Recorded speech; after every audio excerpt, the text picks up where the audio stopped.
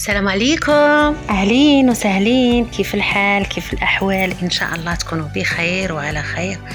تحياتي للجميع، تحياتي للمتابعين الكرام. ان شاء الله تكونوا بخير وتكونوا على احسن ما يرام.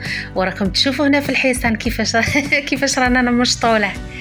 راكم تشوفوا درنا له خدا الدوش تاعه او الاستحمام. ايوا ورانا مشطوله في لاماج تاعه. شوفوا ما شاء الله تبارك الرحمن، راهي خير من لاماج تاع البنات. شوفوا ما شاء الله تبارك الرحمن.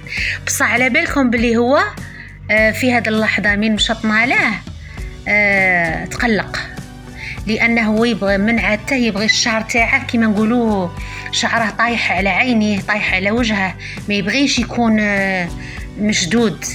راكم فاهمين قصدي؟ شوفوا ما شاء الله. ودرنا له الشامبوان تاعه، شامبوان مارك اسبانيول والله، لان بروحه هذا الحصان وهذوك زوج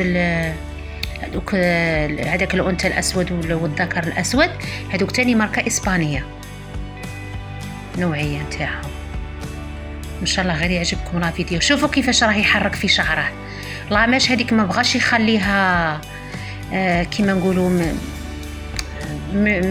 شعره مجموع، يعني مجموع ما بغاش، قاعد يحرك في وجهه وكأنه بنت راهي تلعب بالشعر تاعها. شوف ورجع رطب والجسد تاعه. شوفوا ما شاء الله راه يبري تبارك الرحمن. شوف ما شاء الله. قولوا لها بصح، قولوا لها مبروك. نتوما ما تبغوش تقولوا للحصان تاعي مبروك؟ سبحانك يا جليل. تابعوا معنا لا فيديو وان شاء الله نزيدوا نتلاقوا مع بعض. مع السلامه.